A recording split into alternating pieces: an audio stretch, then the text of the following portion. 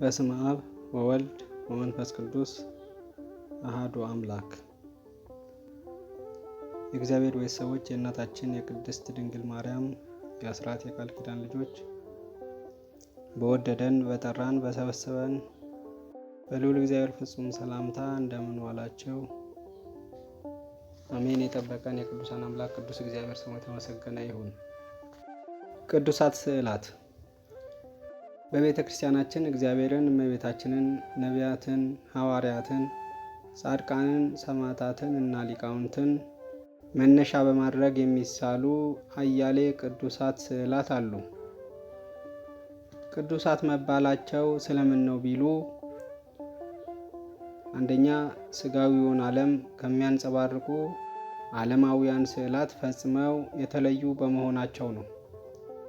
ሁለተኛው የቅዱሳኑ ቅድስና ስዕላቱንም ቅዱሳት አሰኝቷቸዋልና ነው። ሶስተኛ ስዕላቱ በራሳቸው የሚያደርጉት ገቢረ ተአምራት ቅዱሳት ስዕላት እንዲሰኙ ምክንያት ሆኗል። ስዕል በብሉይ ኪዳን በዘመነ ብሉይ ስዕለ ኪሩብን እንዲያዘጋጅ ለሙሴ የነገረው እግዚአብሔር አምላካችን ራሱ ነው። ካዘጋጀም በኋላ በክብር በታቦቱ አጠገብ እንዲያስቀምጥ ነግሮታል። በመጨረሻም ከዚያ ካንተ ጋር እገናኛለሁ፣ የእስራኤልንም ልጆች ታዝ ዘንድ የምሰጥን ነገር ሁሉ በምስክሩ ታቦት ላይ ባለው በሁለቱ ኪሩቤል መካከል በስርየት መክደኛው ላይ ሆኜ አነጋግርሃለሁ ብሎታል። ዘጸአት ምዕራፍ 25 ቁጥር 21 እስከ 22። በዚህም በስዕለ ኪሩብ እየተገለጠ እንደሚያነጋግረው ቃል ገብቶለታል፣ አነጋግሮታልም። ሙሴ ወደ መገናኛው ድንኳን እርሱን ለመነጋገር በገባ ጊዜ በምስክሩ ታቦት ላይ ካለው ከስርየት መክደኛው በላይ ከኪሩቤልም መካከል ድምፁ ሲነጋገረው ይሰማ ነበር ተብሎ ተጽፏልና ዘኍልቍ ምዕራፍ 7 ቁጥር 8። ከዚህም በስዕል ፊት ቆሞ መጸለይ እንደሚገባ ያስተምረናል። ዳግመኛም በ10 የቤተ መቅደስ መጋረጃዎች ላይ ስዕለ ኪሩብን እንዲስል ለሙሴ የተሰጠው የእግዚአብሔር ትእዛዝ ይህንኑ የሚያጠናክር ነው። ዘጸአት ምዕራፍ 21 ቁጥር 1። በዚህ አይነት ለሙሴ የተሰጠው ስዕል መነሻና መሰረት ሆኖ ለሥርዓተ አምልኮ መፈጸሚያ ይሆናል። ደግሞም እግዚአብሔር በሰጠው ነገር ሁሉ መጠቀም ለማንኛውም ሰው ሃይማኖታዊ ግዴታው ነው። ንጉሥ ሰለሞን የእግዚአብሔርን ቤተ መቅደስ በሠራ ጊዜ ይህንን መነሻ አድርጎ የሁለቱ ኪሩቤል ስዕሎችን በመስራት በቅድስተ ቅዱሳኑ ውስጥ አስቀምጦታል። በቤተ መቅደሱም ግንብ ዙሪያ በውስጥም በውጭም የኪሩቤልና የዘንባባ ዛፍ የፈነዳ አበባም ስዕሎች ሰርቷል። ይህንንም ያደረገው እግዚአብሔር ለሙሴ እንደነገረው ስዕል መሳል ሃይማኖታዊ ግዴታ በመሆኑ ነው። አንደኛ ነገሥት ምዕራፍ 6 ቁጥር 23። እግዚአብሔርም ይህንን ሁሉ ስራውን ማለትም ቤተ መቅደሱንና በውስጡ ያለውን በሙሉ ወዶና ፈቅዶ ተቀብሎለታል። ሁለተኛ ዜና ምዕራፍ 7 ቁጥር 11። እስራኤል ከባርነት ቤት ከግብፅ ወጥተው በምድረ በዳ ይጓዙ በነበረበት ዘመን በበደላቸው ምክንያት መርዛማ እባብ ታዞባቸው እየነደፈ ይገድላቸው ነበር። ከዚህም የተነሳ ሙሴ ወደ እግዚአብሔር ቢያመለክት እባብን ሰርተ የእባብ ስዕል ቀርጸህ በዓላማ ላይ ስቀል፣ የተነደፈውም ሁሉ ያንን ሲያይ በሕይወት ይኖራል ብሎ ነገረው። ወዲያውም የእባቡን ስዕል በነሐስ ሰርቶ በዓላማ ላይ ሰቀለ። እባብም የነደፋቸው ሰዎች ሁሉ ስዕሉን በእምነት ባዩ ጊዜ ድነዋል። ዘኍልቍ ምዕራፍ 21 ቁጥር 8 እስከ 9። እስራኤል ይህንን ስዕል በማየት እንዴት መዳን ይቻላል ብለው ባለመጠራጠራቸው የእግዚአብሔርን ምሕረት ሊያገኙ ችለዋል። ከዚህ ታሪክ የምንማረው በስዕል ፊት ቆሞ መጸለይና መማር እንደሚገባ ነው። ስዕል በአዲስ ኪዳን። ለአዲስ ኪዳን ስዕል መሰረቱ የብሉይ ኪዳን ስዕል ነው። ምክንያቱም ለአዲስ ኪዳን መሰረቱ ብሉይ ኪዳን ነውና። ጌታችን አምላካችን መድኃኒታችን ኢየሱስ ክርስቶስ በመዋዕለ ሥጋዌው ስዕለ ኪሩብ ካለበት ቤተ መቅደስ የተለየበት ጊዜ አልነበረም። በተወለደ በ40 ቀኑ እናቱ ቅድስት ድንግል ማርያም ወደ ቤተ መቅደስ ወስደዋለችና። የሉቃስ ወንጌል ምዕራፍ 2 ቁጥር 22። የ12 ዓመት ልጅ በሆነም ጊዜ ከእናቱ ከድንግል ማርያም ጋር የፋሲካ በዓል ለማክበር ወደ ኢየሩሳሌም ቤተ መቅደስ ሄዷል። ቤተ መቅደሱንም የአባቴ ቤት ብሎታል። የሉቃስ ወንጌል ምዕራፍ 2 ቁጥር 41 እስከ 45። ዕለት ዕለትም ስዕለ ኪሩብ ካለበት ቤተ መቅደስ እየተገኘ ያስተምር ነበር። በሽተኞችም ፈውሷል። ሆሳዕና በአርያም እየተባለም በምስጋና ወደ ቤተ መቅደስ ገብቷል። በመቅደስም የሚሸጡትንና የሚገዙትን ሁሉ አወጣ። የገንዘብ ለዋጮችንም ገበታዎች፣ የርግብ ሻጮችንም ወንበሮች ገለበጠና ቤቴ የጸሎት ቤት ትባላለች ተብሎ ተጽፏል፣ እናንተ ግን የወንበዴዎች ዋሻ አደረጋችኋት በማለት ገስጿቸዋል። ትንቢተ ኤርምያስ ምዕራፍ 7 ቁጥር 11፣ ትንቢተ ኢሳይያስ ምዕራፍ 56 ቁጥር 7፣ የማቴዎስ ወንጌል ምዕራፍ 21 ቁጥር 1 እስከ 13። ስዕል በቤተ መቅደስ ባያስፈልግ ኖሮ ስዕሉንም ከቤተ መቅደስ ባወጣ ነበር። ጥንቱንም ቢሆን ስዕል እንዲስሉ እነ ሙሴን አያዛቸውም ነበር። ከዚህም ሌላ ጌታችን ሰውነቱን ስዕለ ኪሩብ ባለበት መቅደስ መስሎ ተናግሯል። የዮሐንስ ወንጌል ምዕራፍ 2 ቁጥር 19።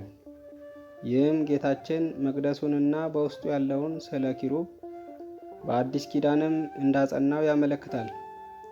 ቅዱሳን ሐዋርያትም ይህንን መሰረት አድርገው ስዕለ ኪሩብ ባለበት ቤተ መቅደስ እየተገኙ በስዕሉ ፊት ቆመው ጸልየዋል፣ እግዚአብሔርንም አመስግነዋል። ይህንንም ወንጌላዊው ቅዱስ ሉቃስ ሲባርካቸው ከእነርሱ ተለይቶ ወደ ሰማይ አረገ። እነርሱም ሰገዱለትና በብዙ ደስታ ወደ ኢየሩሳሌም ተመለሱ። ዘወትርም እግዚአብሔርን እያመሰገኑ እየባረኩ በመቅደስ ኖሩ በማለት ጽፏል። የሉቃስ ወንጌል ምዕራፍ 24 ቁጥር 41 እስከ 43። በሐዋርያት ሥራም ላይ ጴጥሮስና ዮሐንስ በጸሎት ጊዜ በ9 ሰዓት ወደ ቤተ መቅደስ ይወጡ ነበር ተብሎ ተጽፏል። የሐዋርያት ሥራ ምዕራፍ 3 ቁጥር 1። እንግዲህ ከላይ ለመግለጥ እንደተሞከረው የአዲስ ኪዳን ስዕላት እንደ ጣራና እንደ ግድግዳ የተዋቀሩት በዚህ መሰረትነት ላይ ነው። ይህም የሚገባ ነውና፣ ምክንያቱም የክርስትና ሕይወት የታነጸው በቅዱሳን ነቢያት እና በቅዱሳን ሐዋርያት መሰረትነት ላይ ነውና። ኤፌሶን ምዕራፍ 2 ቁጥር 20። በታሪክ እንደሚታወቀው የአዲስ ኪዳን ስዕላት መሳል የተጀመሩት በዋሻዎች ውስጥ ነው። ይህም የሆነው የመጀመሪያዎቹ ምዕመናን ነፃነት ስላልነበራቸው ትምህርታቸውን ያስፋፉ የነበረው ዋሻ እየፈለፈሉ በግበ ምድር በካታኮምብ ውስጥ ስለነበር ነው። በዚያም የመጽሐፍ ቅዱስን ታሪክ የሚገልጹ ስዕሎች ይሳሉ ነበር። ለምሳሌ በዋሻ ፊት ለፊት እረኛው በጉን እንደተሸከመ አድርገው ይስላሉ። ይህም ጌታ ቸርና ታማኝ ጠባቂ መሆኑን ለመግለጥ ነው። መልካም እረኛ እኔ ነኝ፣ መልካም እረኛ ነፍሱን ስለ በጎቹ ያኖራል ብሎ የተናገረውን ሙሉ በሙሉ የሚያስተምር ስዕል ነው። የዮሐንስ ወንጌል ምዕራፍ 10 ቁጥር 11። በጠቅላላው የቅዱስ ገብርኤል ብስራት፣ የጌታ ልደት፣ በቤተልሔም የሰብአ ሰገል ስግደትና አምሃ፣ የቃና ዘገሊላ ሰርግ፣ የመጻጉዕ መዳን፣ የአምስቱ እንጀራና የ2 ዓሣ መባረክ፣ ሳምራዊቷ ሴት ማድጋዋን ተሸክማ የጌታ ስቅለት፣ ትንሣኤ፣ ዕርገትና ዳግም ምጻት ለአብነት የሚጠቀሱ በስዕላት የተገለጡ ሁነቶች ናቸው።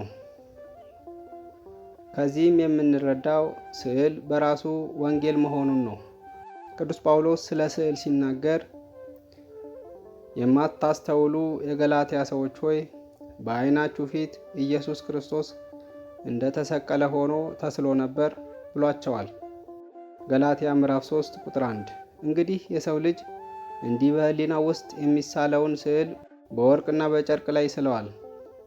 ሙሴ በደብረ ሲና 40 መዓልትና 40 ሌሊት በቆየ ጊዜ በሕሊና ውስጥ ተስሎ የነበረውን የኪሩቤል መልክ በቤተ መቅደሱ ውስጥ እና በመጋረጃዎቹ ላይ እንደሳለው ማለት ነው። ዘጸአት ምዕራፍ 34 ቁጥር 28 እና ምዕራፍ 37 ቁጥር 7። በስዕል ፊት ቆሞ መጸለይ። በስዕል ፊት ቆሞ መጸለይ ስዕሉን አምላክ ነው ብሎ ለማለት ሳይሆን የስዕሉን ባለቤት የመማፀን ከስዕሉም ባለቤት በረከት ለማግኘት የሚደረግ ነው። ስዕሉ የስዕሉን ባለቤት አቅርቦ ያሳያልና ነው። ከስዕሉ ባለቤት ያገናኛል። በተጨማሪም ለስዕሉ ባለቤት መታሰቢያ ነው። የጻድቅ መታሰቢያ ለበረከት ነው እንዲል ምሳሌ ምዕራፍ 10 ቁጥር 7። በመሆኑም በስዕሉ ፊት በምንሰግድበትና ቆመን በምንጸልይበት ጊዜ በረከት እናገኛለን። በኦሪት በላይ በሰማይ ካለው በታችም በምድር ካለው ከምድር በታችም በውሃ ካለው ነገር የማናቸውም ምሳሌ ለአንተ አታድርግ፣ አትስገድላቸውም፣ አታምልካቸውም የተባለው ከቅዱሳን ስዕላት ጋር ፈጽሞ የማይገናኝ ነው። ዘጸአት ምዕራፍ 20 ቁጥር 4። እግዚአብሔር ይህንን ትእዛዝ የሰጠው ወገኖቹ እስራኤል ወደ አምልኮተ ጣዖት አፈግፍገው ጣዖታትን እንዳያመልኩ ነው። ተቃዋሚዎች እንደሚሉት ቢሆን ኖሮ ይህንን ትእዛዝ ለሰጠው ለሙሴ መልሶ የኪሩቤልን ስዕል ስራ አይለውም ነበር። ዘጸአት ምዕራፍ 25 ቁጥር 18። ብዙ ሰዎች መንፈሳዊውን ነገር ሁሉ በአይነ ሥጋ ስለሚመለከቱት በእምነት ለመቀበል ሲቸገሩ ይታያሉ።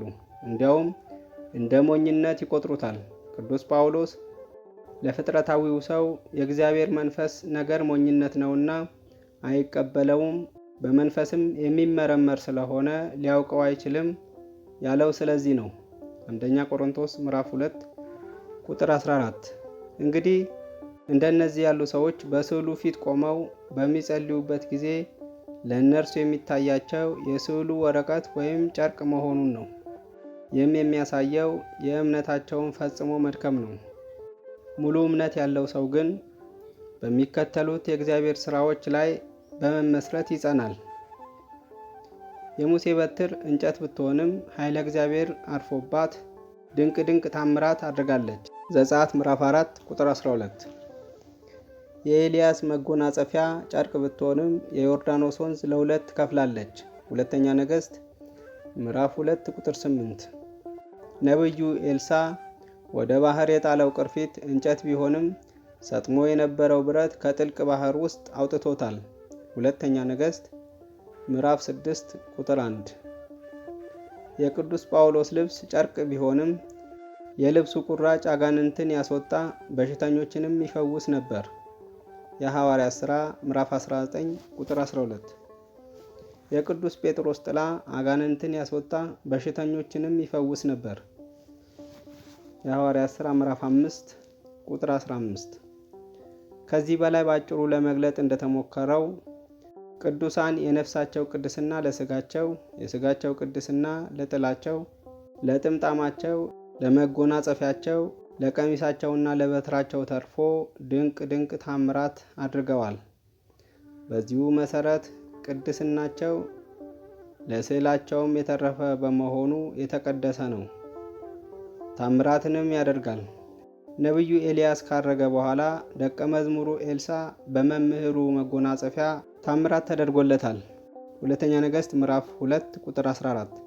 ከዚህ የምንረዳው ቅዱሳን በአጸደ ሥጋ ባይኖሩም በመንፈስ ከኛ ጋር ስለሆኑ የእነርሱ በሆነ ነገር ሁሉ በስማቸው እየተማጸንን በስዕሎቻቸው ታምራት ይደረግልናል። ስዕሎቹ አፍ አውጥተው በጋድ ሰውን የሚያነጋግሩበት ጊዜ አለ። ይህም የሚጠረጠር አይደለም። ምክንያቱም እግዚአብሔር የበለዓምን አህያ በሰው ቋንቋ አናግሯል። የቢታንያ ድንጋዮች ዘምረዋል። ዘሁልቁ ምዕራፍ 22 ቁጥር 8፣ የሉቃስ ወንጌል ምዕራፍ 19 ቁጥር 40። ለቅዱሳን ስዕላት የሚደረግ ስግደት። የቅዱሳን ስዕላት እንደ ቅዱሳኑ ሕይወት ከዓለማውያን ስዕላትና ከጣዖታት ምስሎች ተለይተው የተቀደሱ በመሆናቸው ይሰገድላቸዋል። ይህንንም የምናደርገው ለስዕሉ ባለቤት ክብር በመስጠት ጭምር ነው። ለምሳሌ የሚወዳቸው ወላጆቹ በሞት የተለዩት ልጅ የወላጆቹን ፎቶ ከፍ አድርጎ በክብር ይሰቅለዋል። በወጣ በገባም ቁጥር በፍቅር ዓይን ያየዋል፣ አውርዶም ይስመዋል። በሥጋ እንዲህ ከሆነ ለመንፈሳዊያን አባቶቻችን ለቅዱሳን ምን ያህል ክብር መስጠት እንደሚገባ ግልጥ ነው። በቅዱሳን ስዕላት ፊት በምንሰግድበት ጊዜ በእርግጥ ለስዕሉ ባለቤት እንደምንሰግድ እናምናለን። ሙሴና አሮን ወደ መገናኛው ድንኳን ገብተው በታቦቱና በስዕለ ኪሩብ ፊት እየሰገዱ ከእግዚአብሔር ትእዛዝ ይቀበሉ ነበር። ምክንያቱም የእግዚአብሔር ክብር የሚገለጥላቸው በዚህ ጊዜ ነበርና። ዘሁልቁ ምዕራፍ 16 ቁጥር 45፣ ምዕራፍ 26 ቁጥር 6። እግዚአብሔር በኦሪት አትስገድላቸው ያለው ለአሕዛብ ጣዖታት እንጂ ለቅዱሳት ስዕላት አይደለምና። እስራኤል በስዕለ ኪሩብ ፊት ሲሰግዱ በረከት አግኝተዋል። በጣዖታት ፊት በሰገዱ ጊዜ ግን ተቀስፈዋል። መጽሐፈ መሳፍንት ምዕራፍ 2 ቁጥር 11፣ ሁለተኛ ነገሥት ምዕራፍ 17 ቁጥር 7 እስከ 18፣ ምዕራፍ 21 ቁጥር 11 እስከ 12፣ ዘሁልቁ ምዕራፍ 25 ቁጥር 1። በቅዱሳት ስዕላት ፊት ሻማ ማብራት። በስዕላት ፊት ሻማ በምናበራበት ጊዜ ብዙ የምናስታውሰው ነገር አለ። ለምሳሌ ስዕሉ የፈጣሪ ከሆነ የእግዚአብሔርን ብርሃንነት እናስባለን። እግዚአብሔር ሆይ አንተ ብርሃን ነህ፣ ሕግህም ብርሃን ነው። በጨለማ ላይ ብርሃን ይሁን ያልክ ብርሃንን የፈጠርክ አንተ ነህ። ጨለማ በሆነው ልባችንም ውስጥ ብርሃንን ታበራለህ እያልን እናመሰግነዋለን። ዘፍጥረት ምዕራፍ 1 ቁጥር 3፣ ሁለተኛ ቆሮንቶስ ምዕራፍ 4 ቁጥር 16፣ ኤፌሶን ምዕራፍ 5 ቁጥር 14፣ አንደኛ ጢሞቴዎስ ምዕራፍ 16 ቁጥር 16፣ እንዲሁም በአንደኛ ዮሐንስ ምዕራፍ 1 ቁጥር 5 እርሱ ራሱ እኔ የዓለም ብርሃን ነኝ፣ የሚከተለኝ የሕይወት ብርሃን ይሆንለታል እንጂ በጨለማ አይመላለስም ብሏል። የዮሐንስ ወንጌል ምዕራፍ 8 ቁጥር 12። እንግዲህ ሻማ እየቀለጠች እየሞተች ለሌላው ብርሃን እንደምትሆን ሁሉ ጌታም እርሱ ሞቶ ለእኛ ሕይወትን ሰጥቶናል፣ ከጨለማ ወደ ብርሃን አውጥቶናል። ስዕሉ የቅዱሳን ከሆነ የቅዱሳንን ብርሃንነት እናስታውስበታለን። ምክንያቱም ቅዱሳንን እናንተ የዓለም ብርሃን ናችሁ ያለው ራሱ ባለቤቱ ጌታችን መድኃኒታችን ኢየሱስ ክርስቶስ ነውና። የማቴዎስ ወንጌል ምዕራፍ 5 ቁጥር 14።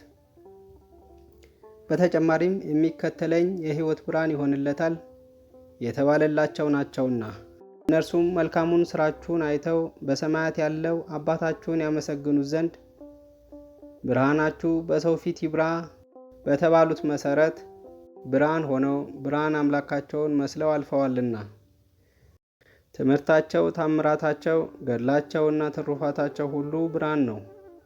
በመጥፎና በጠማማ ትውልድ መካከል ቢኖሩም ያለ ነቀፋ የዋሆችም ነውርም የሌለባቸው የእግዚአብሔር ልጆች ሆነው ክፉውን ሳያስቡ በጎ የሆነውን ሁሉ አደረጉ። በእነርሱ መካከል የሕይወትን ቃል እያቀረቡ እንደ ብርሃን ታዩ። ፊልጵስዩስ ምዕራፍ 2 ቁጥር 14 እስከ 15። ቅዱስ ጳውሎስ ቅዱሳን በእምነት የፈጸሙትን ገድል ዘርዝሮ የጻፈው የቅዱሳን ገድልና ሕይወት ብርሃን በመሆኑ ነው። ዕብራውያን ምዕራፍ 11 ቁጥር 1 እስከ 40። እንደ ብርሃን የታዩትም ሥጋቸው በመከራ እንደ ሻማ እየቀለጠ ነው። እንግዲህ በስዕሎቻቸው ፊት ሻማ የምናበራው እናንተ በዚያን ጊዜ ጻድቃን በአባታቸው መንግሥት እንደ ፀሐይ ያበራሉ የተባለላችሁ ናችሁ ስንላቸው ነው። የማቴዎስ ወንጌል ምዕራፍ 13 ቁጥር 43። ነቢዩ ዳንኤልም እንደ ከዋክብት ለዘላለም ይደምቃሉ ሲል ተናግሮላቸዋልና ነው። ትንቢተ ዳንኤል ምዕራፍ 12 ቁጥር 3። የእመቤታችን ስዕል ከመንበር ላይ ለምን ይቀመጣል? ቀደም ብለን እንደተመለከትነው በኦሪት የኪሩቤል ስዕል በታቦቱ አጠገብ ይቀመጥ ነበር። ዘጸአት ምዕራፍ 25 ቁጥር 21፣ ዘሁልቁ ምዕራፍ 7 ቁጥር 89። እግዚአብሔር ለሙሴ ነግሮ እንዲሆን ያደረገበት ምክንያት አለው። ይህም ምክንያት ኪሩቤል የመንበሩ የዙፋኑ ተሸካሚዎች በመሆናቸው ነው። የአንደኛ ሳሙኤል ምዕራፍ 4 ቁጥር 4፣ ትንቢተ ሕዝቅኤል ምዕራፍ 10 ቁጥር 12፣ ራእይ ምዕራፍ 4 ቁጥር 6። በአዲስ ኪዳን ደግሞ እመቤታችን ቅድስት ድንግል ማርያም የአዲስ ኪዳን ኪሩብ ትባላለች። እንዲያውም ከኪሩቤል ትበልጣለች። ኪሩቤል የሚሸከሙት መንበሩን ነው። እመቤታችን ግን ማዕፀኗን መንበር አድርጋ እርሱን ተሸከመችው። እንግዲህ በብሉይ ኪዳን ዘመን በእግዚአብሔር ትእዛዝ የኪሩቤል ስዕል በመንበረ ታቦቱ ይቀመጥ እንደነበር፣ በአዲስ ኪዳን ደግሞ ኪሩብ የምትባል እመቤታችን ስዕሏ በመንበረ ታቦቱ ላይ ይቀመጣል። ቤተ ክርስቲያን ለምን በቅዱሳን ስዕላት ትሞላለች? በብሉይ ዘመን የመጀመሪያውን ቤተ መቅደስ የሰራው ንጉሡ ሰለሞን ነው።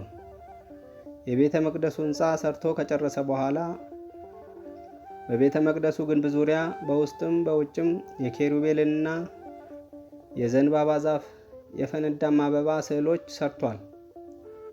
ይህም የአዲስ ኪዳን አብያተ መቅደሶች በስዕላት ለመሞላታቸው ምሳሌ ነው። ዋናው ምስጢር ግን ቤተ ክርስቲያን ሰማያዊ ጸጋና ክብር ያላት በምድር ያለች የእግዚአብሔር ቤተ መንግስት መሆኗን ለማሳየት ነው። በመሆኑም ሰማያዊቷ የእግዚአብሔር መንግስት በቅዱሳን እንደምትሞላ ለማስገንዘብ ቤተ ክርስቲያን በቅዱሳን ስዕላት ትሞላለች። ይህም ልባችንን ወደ ቅዱሳን አንድነትና ወደ እግዚአብሔር ይመራዋልና ነው። ይህ ጽሑፍ የተገኘው ነገረ ቅዱሳን ከተሰኘው በማኅበረ ቅዱሳን ከታተመው መጽሐፍ ላይ ነው። ያስተማረን፣ የመከረን፣ የገሰጸን የቅዱሳን አምላክ ቅዱስ እግዚአብሔር ስሙ የተመሰገነ ይሁን። ወስብሐት ለእግዚአብሔር ወለወላዲቱ ድንግል ወለመስቀሉ ክቡር አሜን።